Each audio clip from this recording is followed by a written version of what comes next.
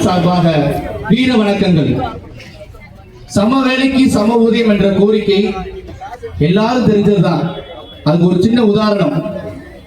சமீபமா ஒரு மாசத்துக்கு முன்னாடி பெயரையும் அந்த கொடி இருக்கக்கூடிய சிம்பிளையும் ஒரே தான் கொடுத்தோம். அந்த பிளெக்ஸ் போடுறவர் வாங்கி அதை ஜூம் பண்ணி ஃபிட் பண்ணாரு. ஃபர்ஸ்ட் ஒன்றும் கேட்கல, திரும்ப நல்லா ஜூம் பண்ண பிறகு எங்களை திரும்பி பார்த்தாரு. சார் நீங்க ஆசிரியர் இயக்கமா அப்படின்னு கேட்டாரு. ஆமா சார் நான் ஆசிரியர் இயக்கம் தான். நீங்க தானே சென்னையில டிபிஐல உங்க சென்னையில சாப்பிடாம ஃபுல்லா போராடுறது நீங்க தானே அப்படின்னு கேட்டாரு. நம்ம போராடினது 2021. அவர் இப்ப கேட்கிறாரு. நம்மளுடைய வலிமையான போராட்டம், நம்மளுடைய சமவெளிக்கு சம ஊதியம் என்னங்கிறது எல்லாருக்கும் தெரிய வச்சிருச்சு. ஆனா நம்ம என்ன செய்யறோம்? சமூக வலைதளங்களை சரியா பயன்படுத்துறோமா அப்படிங்கிறத நம்ம ஆசிரியர் சிந்திக்கணும். சமூக வலைதளங்களை சரியா பயன்படுத்தி நம்மளுடைய கோரிக்கையை நம்ம உற்ற உறவினர்கள் நம் நண்பர்கள் தெரிஞ்சுக்க செய்யணும். அப்பதான் நமக்கான போராட்டம் அடுத்த கட்டத்துக்கு போகும்.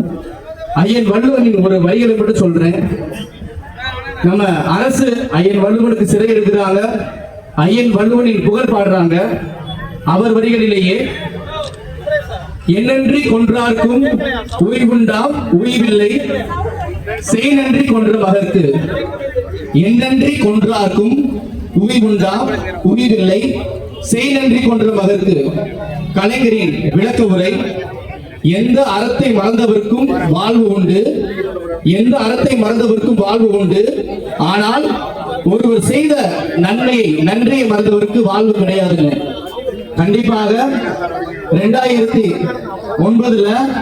நமக்கான அறம் பறிக்கப்பட்டது. இடைநிலை ஆசிரியர்களுக்கான அறம் பறிக்கப்பட்டது. நம்ம இடைநிலை ஆசிரியருக்கான அறத்தை பறித்ததால் 10 ஆண்டுகள் ஆட்சியை இழந்தனர். நம் இடைநிலை ஆசிரியர்களின் உரிமையை, அறத்தை, சமூக நீதியை பறித்ததால் 10 ஆண்டுகள் ஆட்சியை இழந்தனர்.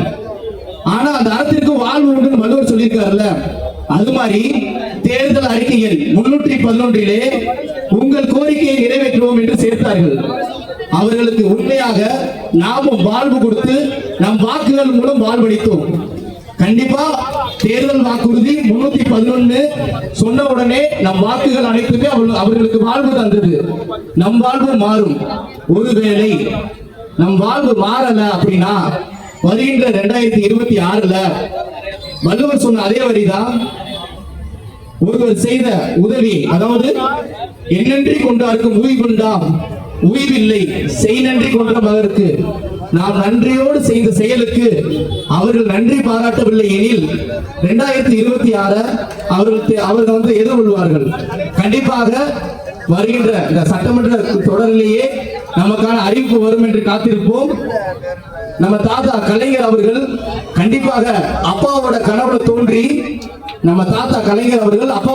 தோன்றி நமக்கான சமவேளைக்கான சமூகத்தை பெற்று தருவார். நன்றி, வணக்கம்.